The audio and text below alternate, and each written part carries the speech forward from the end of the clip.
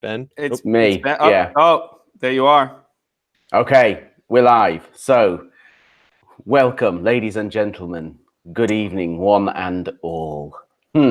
So, this week we are going to be talking about. Sorry, I just need to turn off. It always happens. We go live and then the audio starts coming through the YouTube feed and it all throws me. So I've sorted that now. So welcome once again. This week we are going to be talking about staying fit and health and all that kind of stuff. But we're going to come to that in a little while. First of all, I need to say good evening to my friends and co-hosts, Mr. Jem Schofield, who is as sweaty as I am, I believe, on the west coast of the States. For sure. Heat wave, for sure. Yeah. You're suffering over there too, right? How hot it's been over there today? We're touching about 100 degrees Fahrenheit. Yesterday we beat that. And for here in Oregon for, early to mid-June, that's a scorcher. We don't usually get some of that until late July into August. 101 in Vegas, Larry. Yep. It's always warm there, though, to be expected. Yeah. And Kyle, the reason being genetics, I would say. So you'll get the joke in a minute when you look in the comment section. Sorry.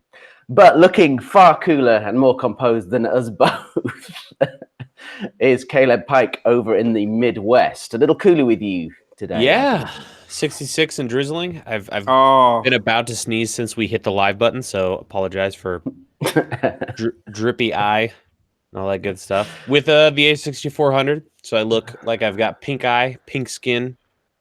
No, you're looking good now. You were looking earlier on. You were looking. Oh, okay. Very pinky. I might just throw the nice healthy M50 glow. on here. I don't know. Oh, thank you.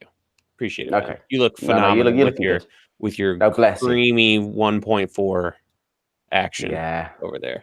There he is, Larry, saying it's a dry heat in Vegas. It's like no matter what people say about Las Vegas, it's a dry heat. It's always that. What's up, Desmond? Amazing. You do look the best tonight, though. You definitely do. And I mean, anything could happen behind you. It could be magical, or it could be really dark. There's all kinds of stuff that could happen in the narrative in your space there, Ben. It's exciting. Yeah, I'm glad you're excited. That's good. All right. So I'm hot and need cooling down. So let's get to the fun part of the show where we. Right. Sounds really bad. Okay, go ahead. Such a filthy-minded man, Jem Schofield. I am not. Okay. All right. So let's get drinking. Where are we going to go first? Let's go. Caleb was itching. He had his fingers on the bottle earlier. I'm excited about this. Let's go. Is it going to be a full bottle? Clearly not. It won't be, unfortunately. Now, I don't have the zoom lens. We have a prime lens, but because I'm... Oh, he's just going to go closer? What's he doing? What did you... Oh. Clear image zoom, baby. I knew it. There you go. There it is. All right. There it is. Okay. This week we're sticking with our bourbon theme. Whoa.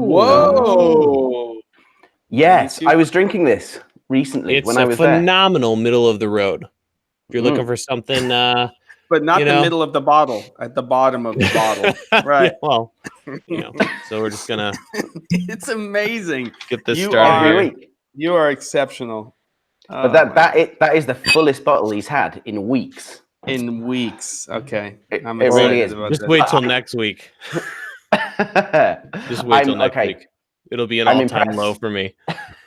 Okay. All right. Let's drink some of that. That's a good choice. I was drinking that when I was in California, just after NAB, and enjoyed it immensely. Sitting out by the campfire, polished a bottle of that off. So yes, very, very nice. Have we lost Jem? Oh dear! Oh my goodness! Alien voice, Jem. Okay, hold on. Oh my gosh! Why don't you let us know what you're drinking? Yeah. You mentioned cooling. So we going beer? We are going beer. Yeah. Oh. So I'm at home in the Czech Republic at the moment. So this is something that I can't remember if we did it on one of the early shows, but I'm coming back to it if so. My little farm shop down the road sells this, but they haven't had it in for months. And this is called Velzel, which is from a brewery in a town called Zabrze, which is in North Moravia. And this is really good. It's like a non-filtered, non-pasteurized, great kind of crafty beer. And I know we had this last time I had one of these, and you were saying that this looked like what you get toilet cleaner in the States, but this is kind of a normal thing for the Czech Republic. I think our thing was maple syrup. Maple syrup, yeah. Okay. The other, but this one looks different. The other one was, just yep. Yeah, this is a nicer shaped bottle. The other one did look a little, kind of industrial, I guess. Yeah. All right, so unfiltered. That's my jam. That's my jam. Unfiltered. So the unfiltered, unpasteurized. It's the pasteurization that knocks all the flavor out of it as well. So this is good. I had one of these earlier, so it's not the full bottle. I've only got one beer to play with this evening.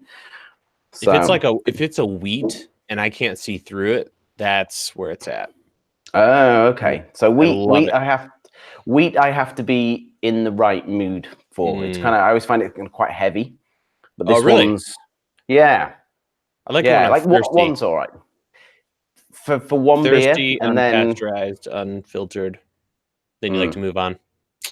Yeah, exactly. Nice. It's not a session beer. It's a good one-off, which is kind of like this as well. You can't drink this all night. This is right. It's not that strong. It's like 5%, I think. Yeah, but that's got some beastliness to it. Yes, exactly. It's got that nice bitter kick, which is kind of my thing. So I don't know. Are we gonna just go ahead and drink, or are we gonna we gonna wait for Jem to come? A whole bunch of robots have piled into Jem's studio. Perhaps we'll have a sip. How about that? I'm ready. Yeah. All right. Cheers, my friend. Good day. Cheers. Cheers to no robots. Oh, that was a nice haul there. I like it. A little bit of Oh, thank you. Perfect. Yeah. Okay, lovely. Why don't we hang out? Let's see. Where's our chat? Oh my goodness! Hello, everybody. Yeah, we've got a few in. So what are you guys drinking? First of all, keep us up to date. Oh, here he is. He's back. Can you hear me? Do I sound like I'm underwater? Perfect. Not anymore. You don't sound like a weird robot anymore. Okay. At least I'm learning how to turn everything off so I don't torture everybody. I'm drinking the Bearded Lady. Oh my God. Okay, here we go. So it is hot here. So I have a glass. Unbelievable. And then in here, I have a little cup with a thermos because I was setting up. And I'm actually going to have some ice today. Ooh. And I'm not drinking what I wanted to because my friend stole the bottle, but I'm going to have some honey jack. Oh, snap. Oh, it's nice. Oh, dip. So I'm going to have honey jack on ice.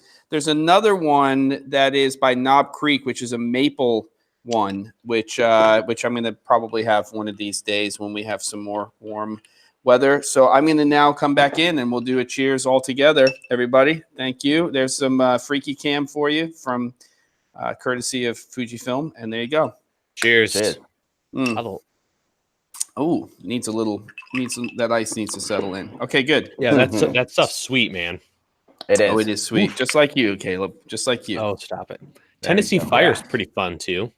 Oh, if you're getting into funky flavors and stuff. Somebody just did a scotch where they did it's like cinnamon hottie. I don't like the idea of it, but they did it. No. Jem So Still. Keep chatting, gents. Hello from Utah. What's up? Debt-free homes. We got debt-free homesteaders. I don't know about that business, but okay, let's go. English breakfast tea with milk and sugar for Kyle. Knob is I can't read that out loud.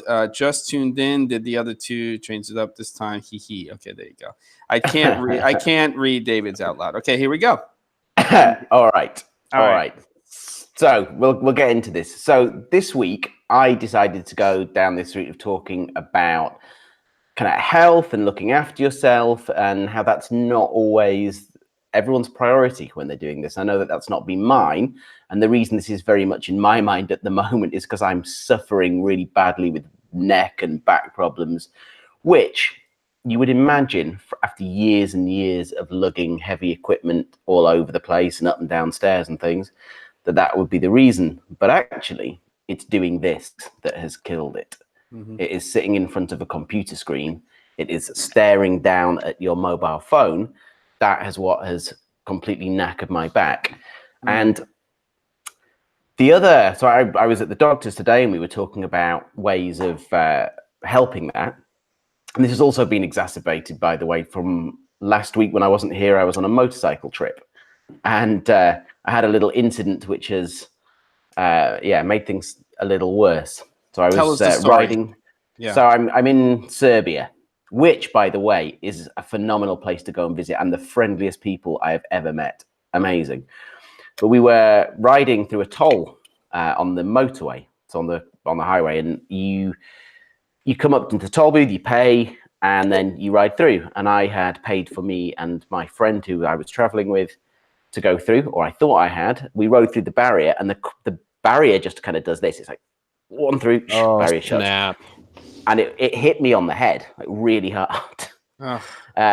Thankfully, I was wearing a motorcycle helmet, as ever, but that's kind of then put a lot of pressure down onto sort of my back and the rest of it. So I figured that this is kind of, I really want this to be an interactive thing, and for you guys in the chat to get involved and tell us about either problems you've had or things that you do to kind of mitigate this sort of stuff happening to you. Not the riding under barriers and the motorway on motorbikes. That's kind of, we're not going there, but about things that you've done in terms of lugging gear around. I mean, that's a huge thing, and I've always had sort of slight problems over here with lugging too much gear, often on one side when you're just lifting a backpack up. And also just that kind of work-life balance, which I know you were talking about earlier, Jem, in your show from earlier on, and how that obviously is a massive effect on all our health.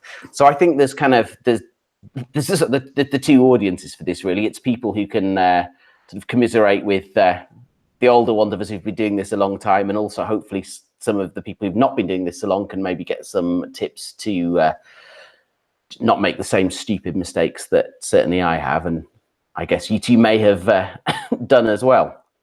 Yeah, totally. Yeah. So I mean, you were telling some stories earlier on. So Jem, in terms of your kind of overall health, do you feel like at this point in your life that your career choice has had any kind of negative effect on your physical health? Yeah, hugely. I mean, I have the, for more than one reason, but I have the posture of an 80-year-old man. I don't take care of myself the way I should take care of myself. And that's still true. I made some big changes at a certain point in time. The biggest change I made was I was very much a post-production person for a long time. Both in terms of what I did every single day and also what I did as an educator. So I was always pre-smartphones, smart devices. I was hunched over a computer system from very early on from leaving high school. So there weren't a lot of computers when I was in high school. I mean, we had them in the computer lab, but I wasn't physically interacting with the computer all of the time. Video games sometimes, but again, not like gaming is today. So when I left school, I started working in a company that was in eventually a graphic design company. And that's what we did. We sat in front of a computer every single day, all of the time. And that was the beginning of sort of the end for me when it came to, I never had great posture to begin with. I wasn't exercising a lot, and that had a hugely negative effect in terms of my physicality, whatever that is. And so when I transitioned to, at around 2008, really saying, okay, what I want to do as an educator is more production focused, because I had been in production for 9-10 years already, and I want to stop sitting in front of a computer all of the time. I'd rather be on set. I'd rather be doing stuff. Two things happened. One is that my physical well-being definitely increased. It was better. But I put myself into that position that many of us do. And when you're younger, you tend to not think about things that really do have a huge impact, which is just the simplest things, like bend your knees before you pick up something. We have this tendency, especially at the end of a production day, and you've got all the cases sitting, outside of a vehicle, which is not a low loading vehicle. And you have to lift that case up, and you're like, no, don't worry about it. And you lift that bag up and you throw it in, and it hits something and it gets in the way, and you wrench your lower back. And then it's just that happening repeatedly over and over and over again in your life. And, you know, then you've got sciatica, then you're sitting there, you know, taking Advil, ibuprofen, and all of those things start to kick in as the solutions to all of that stuff. So I'm definitely more physical than I used to be because I'm more in production than I am in post and in terms of sitting in front of a computer, which helps. But I'm also not, I'm smarter now, but there's too long of a period of time where I was not smart about how I was treating my body. I also switched from, I love backpacks, but I switched from using backpacks unless they're lighter weight. So I will only go so large on the backpack, and pretty much everything that I use now is a rolling case. So that was a big change for me as well. So, and that's definitely helped. But I do have some long-term injuries that I used to have physical therapy for. Part of that's work-related. Part of it is that many years ago, I fell on black ice. And so I injured this part of my body and had physical therapy, but it never really totally healed. So it's a recurring injury. And I think that's true of my lower right back in that area as well, in the hip area. Okay. So there's my complaining.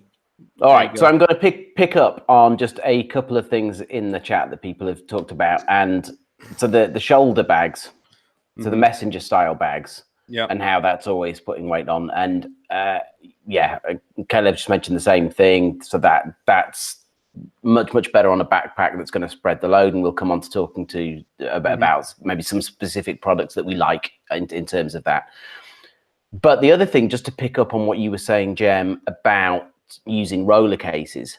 Now, I would love to do that. I have a really nice think tank case which fits an awful lot of gear in, and it does fit within the European maximum carry-on limits. The problem being in Europe is those are generally weight limited, which I know in the States generally they're not. And they're the first things that they spot. If a flight's going to be full, at the gate, they're hawking around trying to find bags that they can then check for free, but in the hold. So that is the reason why I've stuck with the backpacks at the moment, just to get around that. And I don't want to, because it causes a huge amount of stress on my back. And also I take the waist loop out of it quite a lot of the time because it makes it look a smaller bag. Yep. Yeah, it is a killer, especially over in Europe. I mean, in Europe, it's especially hard. And we have totally different weight limits even on our check bags here. I mean, we're 50 pounds here in the States, and then you'll take the same bag and you'll be traveling around with your family in Europe, and all of a sudden you're at something like 38 or 40 pounds or whatever that limit is. So you have to rethink. 7 stones. Yeah, it's a lot. It's a lot less. I don't know. A lot less than 67 stones would be a lot of baggage. But yes, that's a lot. Well, yeah. I was just going to come over to Caleb for a minute, because you mentioned the shoulder bag thing as well. So is that something you've struggled with in the past? Yeah, if I stand up straight and relax, this shoulder is significantly lower, because I was a messenger bag from day one. Like, you know, middle school, high school, I thought backpacks were for dorks. So I had a messenger bag, and it does two things. It screws up your shoulder, cuts off circulation if you have heavier stuff like us, like cameras, lenses, etc., laptops. And then it gives you scoliosis because your spine is bending slightly to compensate. Yep. And that's brutal. So definitely got to give up those unless you're hauling around like a small laptop, you know. Yeah, I love sling bags too. I love sling bags. Same thing. So it's problem. backpack or something on wheels for sure. Yeah. The good thing, Ben, now is that, you know, when I went to school, everybody would basically, wear a backpack. It was a single strap. We were single strappers. And if you double strap back then, you were a total nerd. Total nerd. The same. Doesn't matter how heavy the bag is. It was a single strap. And now you're a tool if you single strap it. So it's like everybody double straps, and thank goodness, because it's much healthier for people to be able to do that. I also find that the older I get, the less I care about any of that stuff. I just make it. I just don't want it to hurt me. I don't give a shit how it looks. That's kind of that's how it works. So just in terms of those shoes, I wear shoes. hardcore dad shoes now. Yeah, you got to take care of that base. Yeah, and that's another huge thing. So I again tend to live in sort of outdoory kind of walking, hiking shoes rather than the boots for most of the time, unless it's something that I need to look reasonably smart for. Right. Sure. But I live in those things. That again makes a huge difference. So David in the comments said being cool will kill you, and it reminds me of believe it or not, I used to work at a horse ranch before I chose this vocation. And we were told when we first started working there that is in Pennsylvania. So like wicked winters on these mountains or these hills, I guess. And the main guy or the head guy there said, if you look cool, you will be. I.e., you just gotta you're gonna look like a giant marshmallow all winter long, but you're gonna be warm. Same with all this other stuff. You're gonna be laughing. You're gonna be laughing when you're 70 and you're still shooting, and you have a shoulder rig. You know. There's so many stories about that horse place that I want to hear from Caleb, but we don't have. We need to wait photos of steer wrestling. There's photos of me trying to wrestle a steer. I didn't work. I lost bad, but amazing. I tried it. That's amazing. And 360 grad. Yes, we do all have kids, and yes, that's a great idea. I will. So Larry brought up, and I think it's very important that we acknowledge this too. Is a standing desk or just standing when you're working. I think it is a balance. You will notice that people who have standing desks will make adjustments and then they'll sit for certain periods of time. But it generally is better if you're up and standing than sitting down, hunched over your computer system. Yeah, but for more reasons as well. I'm just converting my office over to that at the end of this week. We're going to IKEA on Monday, I think, and I've got in my basket on the website a adjustable height desk, so I can use that for standing. But I've been just trying this week a system of marking out my day in terms of what I'm doing when, and things can't run over. So I got to go if I'm going to go and swim. So we'll come on to this kind of whole exercise thing in a little bit, but I was thinking from 12 to 1, I'm going to go swim because there's a lake just about 300 yards that way that I can go swimming at lunchtime. And having these times when you can actually leave the desk and you make yourself go, and whatever it is, you're going to go and have a cup of coffee or whatever or check emails. I take my laptop to a different room to do that rather than in front of my edit machine. That has made a big difference in terms of not just being in that chair, kind of slouched down, editing all day. I'll just check Facebook. That's kind of really helped. And I think the standing desk will spur that on further again, because you're standing up, you're going to do a specific task, and then you go sit down or do something else in another room in the house. So and the doctor that I was talking to today about all of this was also saying this is a very good idea. So yeah, I agree. Agree. Standing desks are legit. Yeah, have you both used them? Yeah, well, I have one that's small that you can use a laptop computer, and I can just put it under a piece of furniture and then just take it out. And it's got good surface area, and then it just springs up. And I essentially can make any table a standing desk. So I could be in any room, pop it up onto anything, and then just start to work, which is very convenient. It's not the fancy one with all the buttons and stuff. The other thing is, just talking about what you're saying, Ben, it's really hard to do sometimes because you get inside of your own head, and you're also so distracted nowadays by social media, YouTube, all of the other things. But it's very simple. Take a walk. And I blow Jess off all the time. She's like, let's go take a walk. And I'm like, no. And if she just pushes me and I get out the door and I walk for 30 minutes, it has nothing to do with the exercise component of it. It just lets me look out and stop being inside of a screen, and it totally changes my perspective of the day. And then you get home and you get in the office, and then you're like, wow, this color grade sucks. Yeah. And then you spend twice as much time doing it. And so it negates the whole purpose. You already lost 30 minutes walking. Yeah, exactly. And then it's time to be done for the day. Oh my goodness. Going back to the desks, a couple things for people who think they're too expensive. Ben, you mentioned IKEA. I'm working right now. Like this whole setup is on an IKEA electronics stand. 10-year warranty. So the motor on mine burned out. They sent me a brand new motor. If you're gonna do like IMAX 27-inch setup with a lot of stuff, it's rough. But a laptop or a lightweight setup is totally doable. And then a buddy of mine told me about this. I'm dropping it in the chat.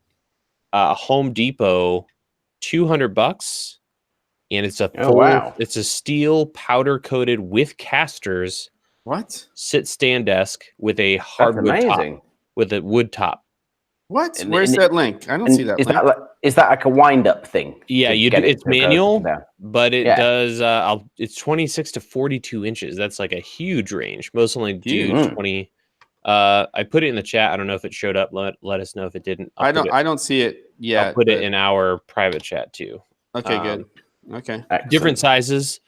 That's the 30-inch by 46, and you can go up to 72 inches. Wow. Husky. So $300 for the big boy. Nice. Yeah, and then you pop with a screwdriver. You pop off the Husky. What's his name? Jonathan Morrison does these desk videos, and he did one for a photographer. He calls it the Dream Desk series, where they build like ultimate desks, and this was the one they used for the Dream Desk. Yeah, this would be great for studio. Yeah. Oh yeah. Top stuff. This is B-roll amazing stuff. Yep. $200 too. I think I know what I'm buying. I think I know what I'm getting next. It's a beautiful thing. Otherwise, and IKEA has something similar for a similar kind of. They have their electronic ones, but they also have a base model, which is I think 200. It's about £200, so $250 US, something like that. Nice. Can I just bring something up? It's totally disrelated, but I don't want to forget this because it's come up more than once. So Daniel Scott Design says you often mention underslinging when talking about microphone booming. What does that mean? So I've seen this question come up. So when we've done our challenges with Kit, Caleb and I very oftentimes will say we're going to get XYZ microphone and we're going to undersling it. And what that means is that instead of booming from above, we're actually bringing the microphone from below, out of frame. So we might put it on a nano or a small stand with a shock mount. And so the microphone is coming from over here. We're still pointing it in the same direction around the sternum area generally, not to the person's mouth because people move and you want them to, you don't want your audio levels to go up and down. But that's basically what we mean by underslinging our audio or our microphones. So sorry about that for the aside. I just wanted to make sure we mentioned that and addressed that. I'm just going to pick up on another couple of points that people have made. So Fancy Pants Revolution saying that the base IKEA model was wobbly. So I don't know if that's the same one now or if they're if this is an updated model, but I'm going to go to the showroom and see. Ben, do you think that was designed by the same people who designed the base plate idea under the C200 and the C300 and C300 Mark II? Yes, more than likely. Do you have a solution for that now? Because it's now that I'm in a bigger rig and I'm doing VCT base plate and everything, it's becoming an even bigger problem. Yeah. So the shape plate is if it's a single plate and you wanted to keep things compact, the shape plate does lock it down properly. But I've got to go camera to the plate into my recoil rig, and so it's up there at the front, and then there's that space in the back, and it does the whole wobbly, Yeah. But the shape plate. The problem is that the camera bottom isn't completely flat. So then when you put that onto a flat mount, so the shape plate, unlike the small rig one, sadly, it's obviously married to the bottom of the camera in a much better way, and that seems to be the only one from all my research. So I would go shape and then to whatever else I want is basically what I would do. You're basically just using it as an intermediary. Yeah, so send me a link to that at some point because I think I'm just going to buy it, and by some point I mean today, so I can just purchase it. So I'm done with this crap. Thank you. Yes. Sorry. Yeah. Okay. Not that I'm annoyed or anything. Sorry. It's massively annoying. Yeah. Okay. Yeah. Sorry, Caleb, were you about to? Oh, just talking. Give us some topic. That's all. Get in. Do it. We were talking. So, what ailments have we've been discussing? Neck, sitting at the desk too much, back. Yeah. I'm sure you guys have had the knee thing. That's my big problem with sit stand. I actually use this desk mainly to adjust within a 15-inch difference. So I'll put my chair all the way up and then I'll raise the desk. And that's like puts different pressure, different parts of your body.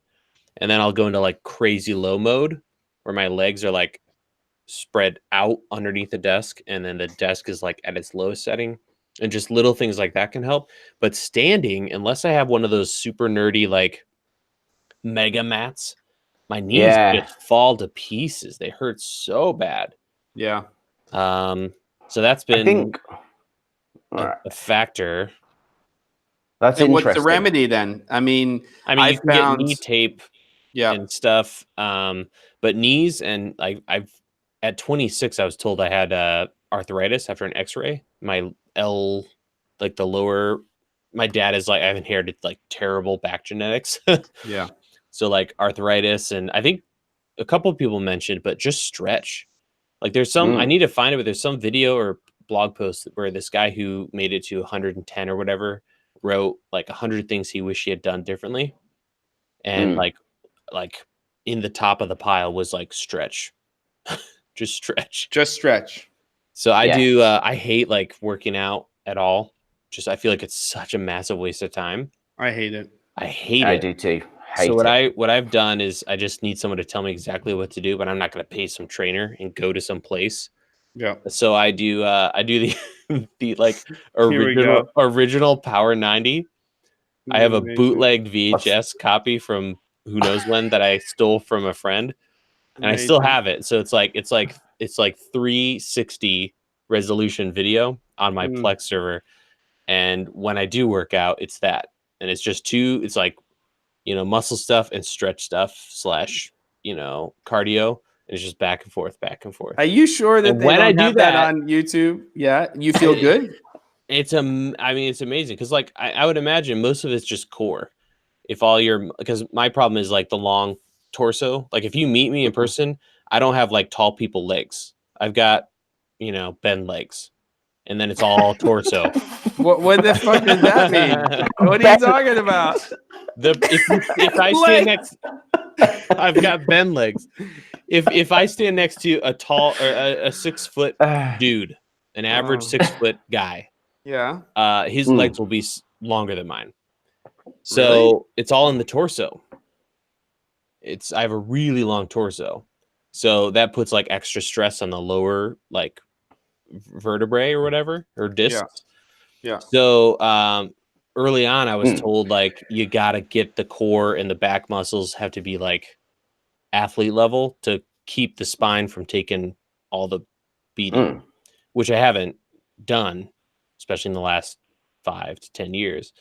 But just keeping like all that stuff happy, stretching. So I have like a not even a 2-minute stretch routine every morning. Otherwise I just won't stretch, because again, I hate the idea of spending time doing that. Yeah. So it's just a quick little thing, and that keeps me alive. I have one pair of shoes that I wear just here in the studio, and then I haven't like worked your out Mr. in quite Rogers some time. shoes? Exactly. How do I send you a link directly, by the way, without putting it in the chat? It's the blue chat button here in Google Hangouts. Oh, I see. Okay. No, I'm only asking because I'm trying to put a link in here to make sure that I have the right plate for Ben to look at, and then I can actually post it. Okay. So yeah. Okay, good. I'm just what fancy pants with that rock climbing. Yeah, rock climbing, man. That'll work out every muscle in your body. Yeah, it's good. I used to do an awful lot of that, and since I moved here, there's not as much opportunity. We had an amazing climbing wall in the Lake District in the same town that I was living, and it was brilliant. I used to pay for an annual membership, and I could just go as and when I wanted. And yes, agreed. That's amazing. I think we all just said that none of us particularly like the whole working out thing. I can't do gyms. I've joined them several times in my life and last for 2 months, 3 months at the absolute best. Yeah. And then I'm gone. I find it utterly tedious. I find if I can find things that I enjoy, so I'm very lucky in where we live right now, it's that there's a forest 300 meters that way, there's a lake 300 meters that way. This evening, I've just taken my son out canoeing on the river, and we've canoed sort of 10 miles down the river, which is all quite easy to do. And all those things I love. So I find in the summer that I can stay in sort of better shape, and all doing different kinds of exercise seems to be quite good as well. What I really struggle with is the winter, because I don't like doing stuff indoors. I like going out and doing things, and we get quite cold. Well, I would say fairly Midwesty climate. So I'd say fairly similar to where you are, Caleb, for what we get here, and it's just not as easy to get out and do things. Just one other point that I was going to pick up on, though, was this whole thing of having a break. And you were saying that you get forced to go out and have a walk, and you come back, and we were saying that you then realize that the grade that you've been working on for ages looks terrible. But I get into this thing that some days, and this is why I've been trying this new way of working, that you spend all day trying to get into the rhythm of an edit, and then you get there, and then you're like, well, I can't leave this now. I've got to stay in it because I'm kind of in that space. But actually, I'm finding that doing this other thing and forcing yourself after a set period of time to go away from it, regardless of how into it you are, is actually better, because you do come back to it, look at it, realize it's crap, start again. But it just keeps you in. It's easier to get into that state doing that. I think I've been lying to myself that I'm not being in that state. It's just because I'm sitting bored and distracted by social media a lot of the time, to be perfectly honest. No, we all are, I think. I mean, I can admit that. That's and it's sometimes you need to force yourself to have fresh eyes, whether that's somebody else looking at it, which normally doesn't happen, or yourself. And that might be, if you're not on the deadline, as in it has to be uploaded, it might just be to walk away. And not just go on a walk. It might be to just come back at 5 in the morning the next day and say, let me have a look at this again. And I almost inevitably always find myself refreshed and recharged, and I can tackle or see something and then tackle a problem that I wasn't even seeing the day before, or that it was just, I was stuck. Because, you know, editing especially, forget about the color correction part of it and the finishing part. Editing is a jigsaw puzzle, right? It's lots of different disparate parts that, you know, you're either being given or you shot, and you are trying to figure out how to put those together in a certain order where it makes some sort of sense. And it is hopefully emotional if the content calls for that. And I do find that I get into these ruts. And then there is always a moment for me, and I don't know if this is true for everybody else, where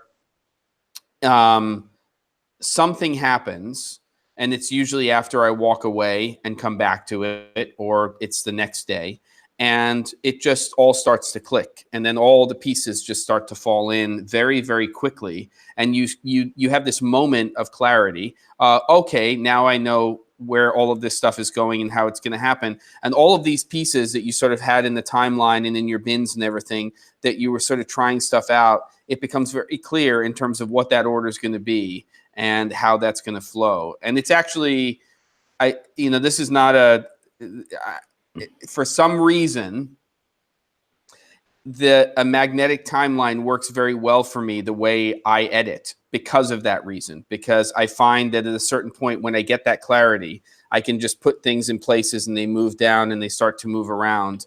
And I find that from an editorial standpoint, that I edit a lot faster because of that personally. And I know that doesn't work for everybody. And I never preach that you need to use a particular tool when it comes to post-production, but it works very, very well for me. Everyone should try it, I feel, because it is life-changing. I think everyone, I would preach that everyone should try it. Yeah, it really changed a lot of stuff for me. It's amazing. And the other thing, going back to what you were just saying, Jem, about you having this moment of clarity and everything sort of seems to fit.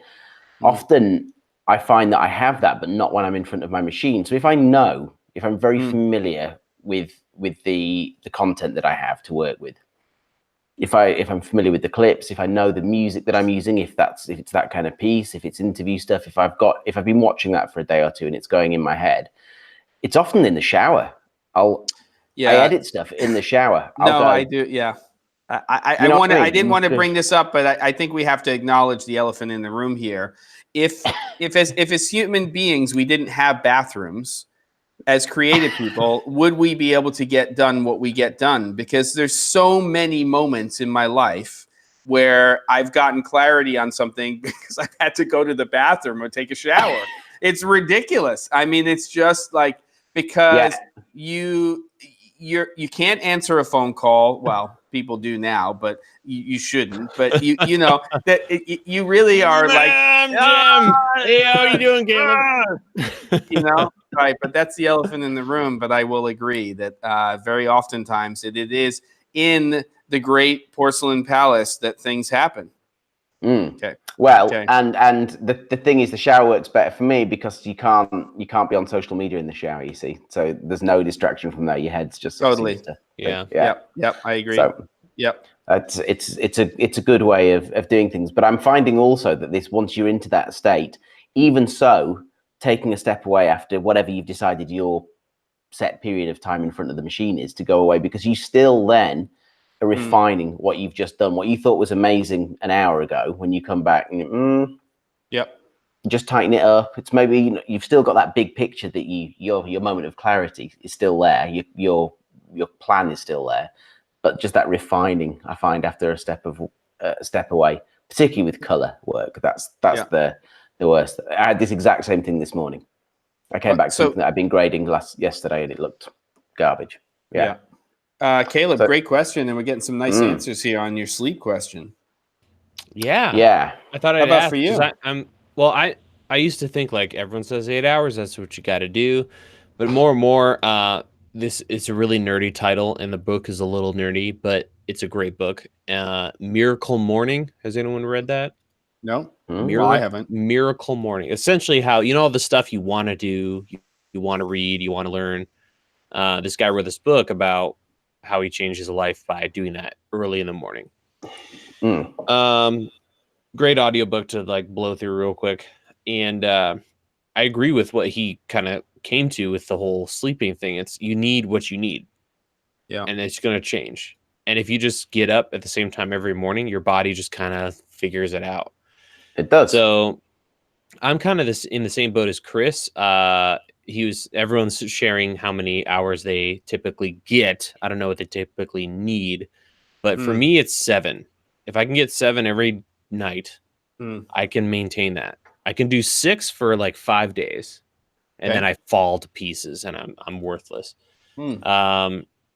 So it's just trying to balance that of like, you know, still spending time with, because I don't want to go to bed at 8 every night. First of all, I have kids.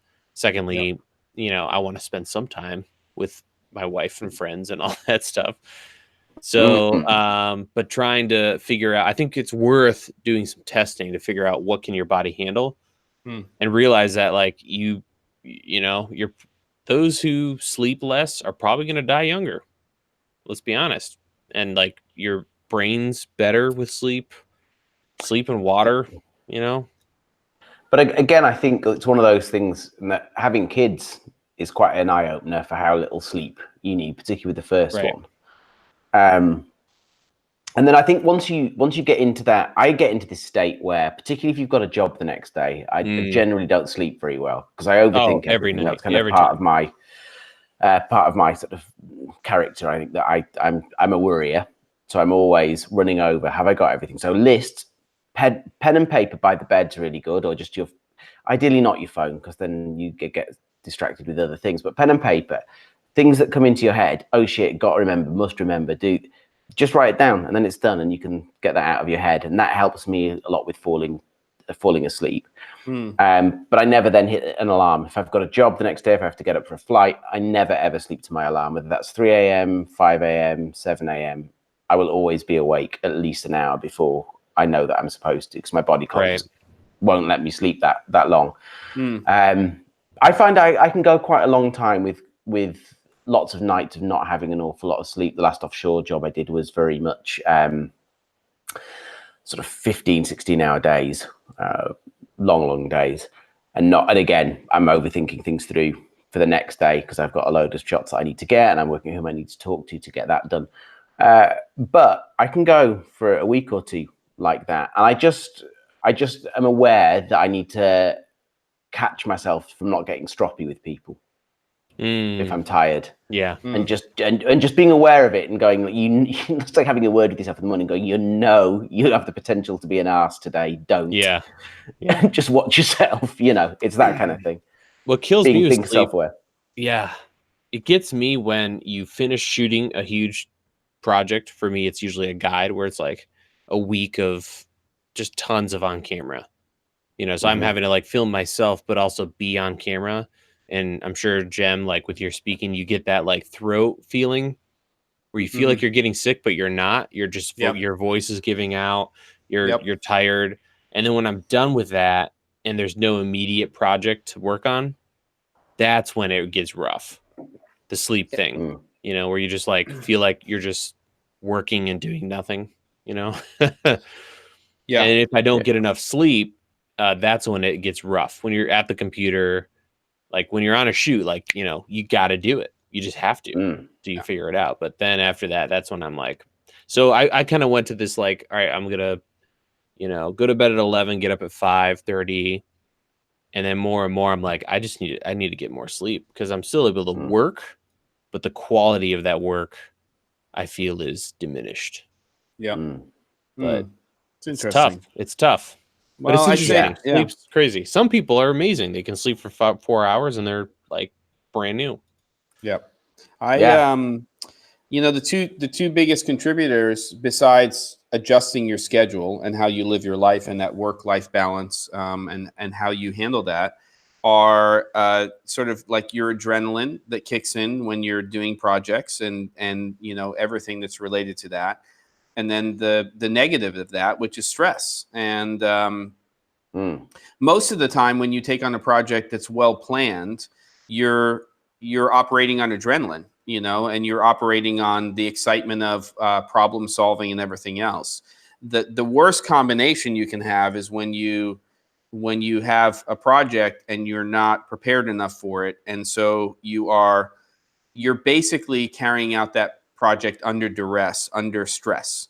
And that can have a hugely negative impact. And then if you're on set every day and you get off, like I've watched a lot of things, a lot of behind the scenes stuff. And if you really watch, not the fairy tale part of making a feature film, but the reality of making a long, form feature, the amount of stress that's there every day, especially if it's a production which is not well planned.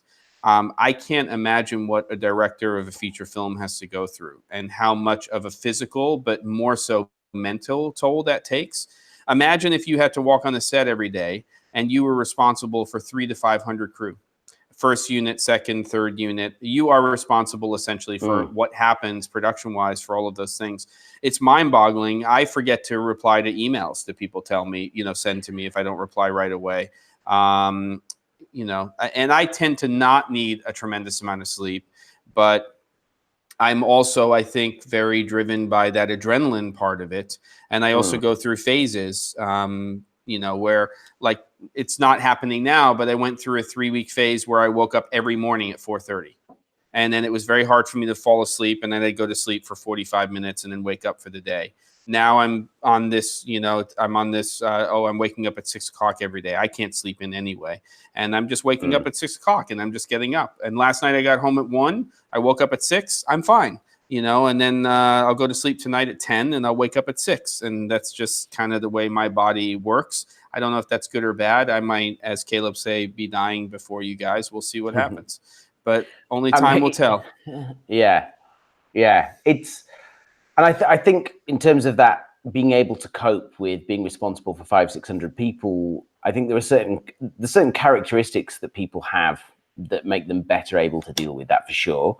A friend of mine does that kind of work, and he just nothing phases him, but he gets things sorted. He works through things. I would be tearing my hair out. Yeah, same. So James, question, how do you guys wind down being able to sleep quickly after a long day and short time available to sleep? For me, that's the worst thing because I'm then going, oh no, got to get sleep. I've only got 5 hours now. I've got 5 hours, got to go to sleep, got to go to sleep, got to get 5 hours. I've only got 5 hours, I've only got 4 hours now. I can see 4 o'clock, it's 3 o'clock. Really got to go. And it's just awful because I'll sit up all night stressing that I'm not asleep yet and I need to be asleep because I've only got a limited number of hours. what I find works really well, someone said having a shower before bed. Yes, definitely. And also I listen to audio books, not music, audio books, or I listen to Radio 4, which is a kind of news program in the UK. And I very, very rarely get to the end of a program, and that's all available on the iPlayer. There's loads of really good dramas and comedy programs, but because your eyes are closed and you're listening to it, and because you're having to concentrate on what they're saying, the stuff that you're stressed about and worrying about for tomorrow gets pushed out of your head, and it certainly works for me. That's definitely the best thing. And that's funny. It doesn't work for me. Really? Me either. I'm exactly cannot. Everything you said is the exact like opposite. Those are distractions that just make me think even harder about all of the things that I have my attention on. Really? Wow. Totally. Okay. Went down to Reading 10, and then the new stuff. One more time. Can we see the clear image zoom with that?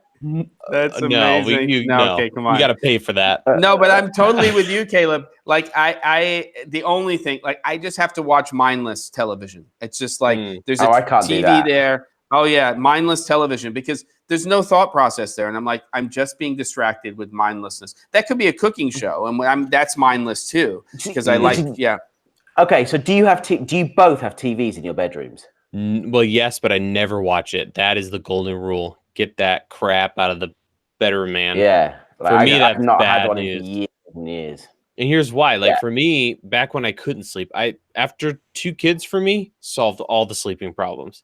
I sleep wonderfully. Like I can't make it past 11. At 11, I'm baked and I'm in bed.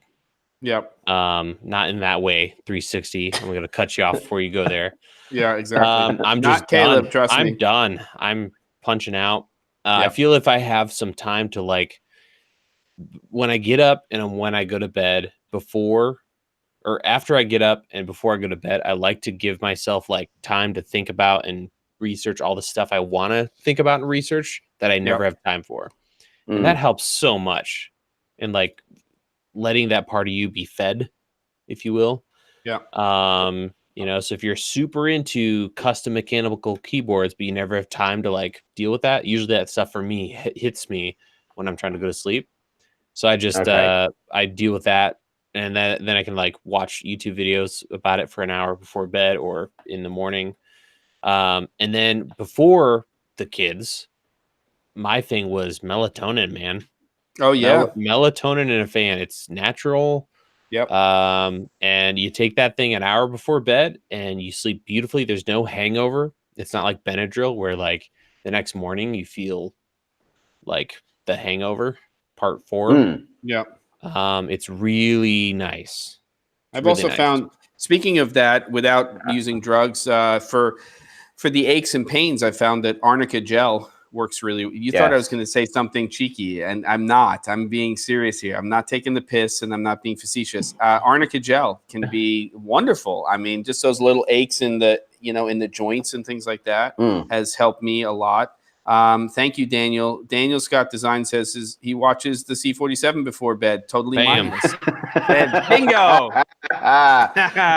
Amazing. I so wish you got in there before you with that one. Amazing. And also, reading, of course, can be great. And just sort of, I know this sounds ridiculous, and it's but like reading something that's not too complicated. It's like reading stuff that you loved when you were, I'm not saying like 8 or 9 years old, but some of your favorite books, just like picking up something and just reading something. Maybe it's 2 or 3 reading levels below what you actually can read, but it's just sort of like that, again, that kind of mindless idea. Yeah. Go ahead, Ben. Yeah. But on that, which is why I like audiobooks, because when I can relax my eyes, I'm listening to those kind of stories, and it just pushes everything else out of my head. But reading, I find that I can.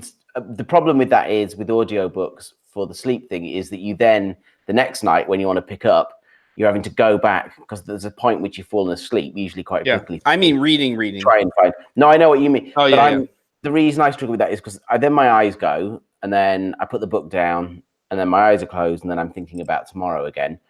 or I've read 10 pages and not taken in a word of it. I could have been reading it aloud and to someone else, but it's not gone in because I'm still thinking about tomorrow. Yeah. Just picking up on something else from the comments was that drinking for sleep. Now, I've never found that helps particularly with me. I can get blind drunk. Well, not blind drunk. If I have 4 beers, 3-4 beers, and then go to bed, I will fall asleep in an instant. I'll be asleep before my head hits the pillow, but 2 hours later, I'll sleep like shit. Yeah, no, I'll sleep like shit. And then tossing and turning, the hangover's already kicking in, and then I'm even more stressed about whatever it was that I was trying to get out of my head to go to sleep. So that never works for me. But I know a lot of people who can drink a load, that knocks them out, they go to sleep, and then they're out like a light until the morning. But certainly doesn't work for me. And I can't wake up refreshed that way. That's the problem, is I don't get up in the morning.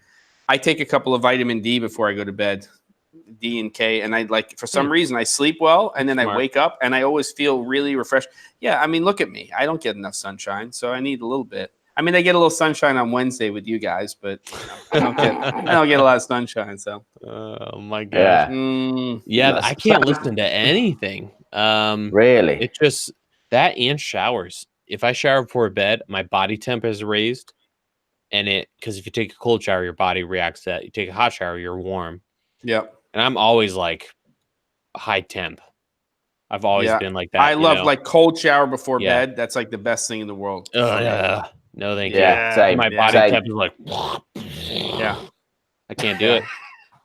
Really? Well, no, but I know my parents are a huge fan of. Someone mentioned the audible timer. That's how they live their life every single night. It's brilliant.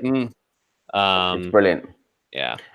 And they're quite good. I use that not just for that, but I use it for when I'm traveling, when I'm driving long distances. Again, it's just it's good. I find it's quite a good leveler because it just stops me stressing about other things, and it's not just at sleep time. I find it quite good at just keeping my head in a nice neutral place.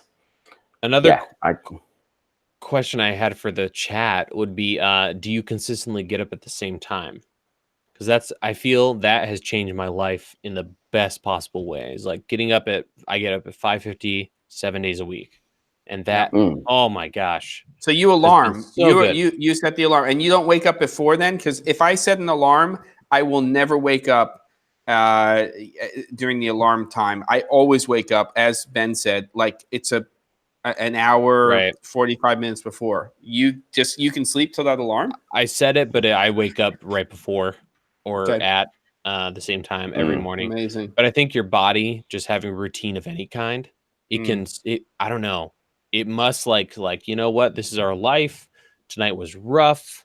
Let's, sleep harder. I don't know. There's something about that just is good. Because I feel like before when it was like, well, I had a terrible shoot. I'm going to bed early, or you stay up and late and party, and then you get up at different times and you judge your wake up time based on the night before. It's just rough. Whereas if you do the same thing every day, your body just deals with it. I agree. And what I found when I'm at home, my problem is that I'm traveling so much, and then it's very difficult to keep to a routine. But at home, my wife gets up at 5:30 every morning. So that kind of wakes me up. But what I love about that is I've got at least 30 minutes to doze. So it's kind of soft. It's a soft get up.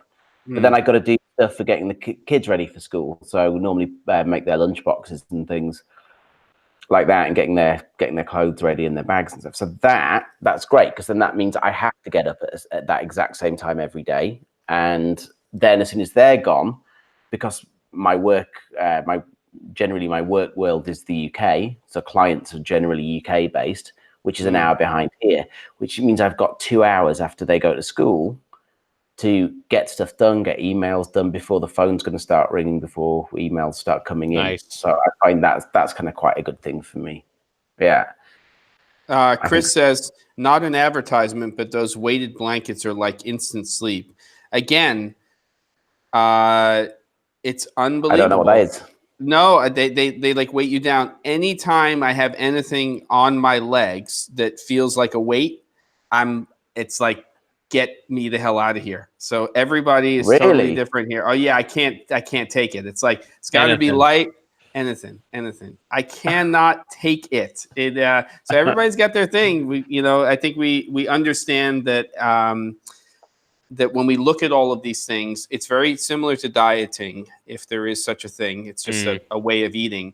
Is that no two bodies are exactly the same, and you have to go with something that works for you, that is getting you the result and allowing you to have that work-life balance that is working for you. So you shouldn't take what somebody says and just say, I'm going with that. You have to try it for yourself and see, do I have Jemmy legs? No, only Ben legs in this Cameron Flask. You see, happening. I can't believe I'm taking this from you, who's actually shorter than me anyway. I'm not taking it. That's not me. I'm so appreciative to Caleb for actually saying Ben legs instead of Jem legs. And so that's, I got a little present today. Jegs. Jegs. We got some Jegs here. My wife's name is Jessica, and my name is obviously Jem. And London always calls me Jemica. That's like his mashup of me and Jess. And he does it just to push my buttons. I hear something upstairs in Caleb's place, and it's the pitter-patter of little feet. So I'm going to take it over to you, Ben, to take us out here on Cameron Flask. All right. Well, thank you very much. This has been very interesting, and some good suggestions of things that I will definitely be trying. Likewise. Yeah, so a bit of a different one this week, but I think it's been good. Very positive. Yeah. So I'm going to bid everyone a fond farewell until next week. Jem, yes. Good night to you on the West Coast. Thank you. Kayla, good night to you in the middle. Good night to you, good sir. And from the Czech Republic, Dobronoc. Whoa! Hey now. Bye, everybody. Love you guys. See ya. Take care. Bye. Love y'all. Bye.